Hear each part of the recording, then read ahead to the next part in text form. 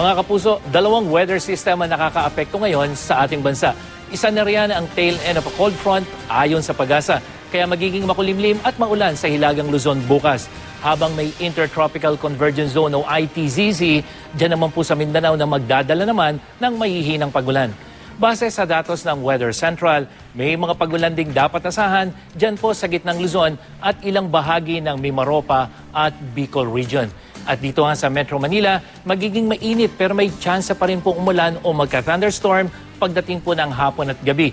Yung ating init factor o damang init, 38 degrees Celsius po yan pagdating ng alas 2 ng hapon.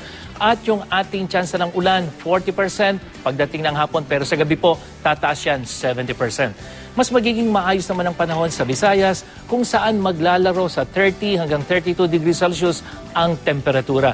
At sa Mindanao, dapat paghandaan dyan ang posibleng thunderstorm na dala ng ITZZ. At dyan ang ating ulat panahon.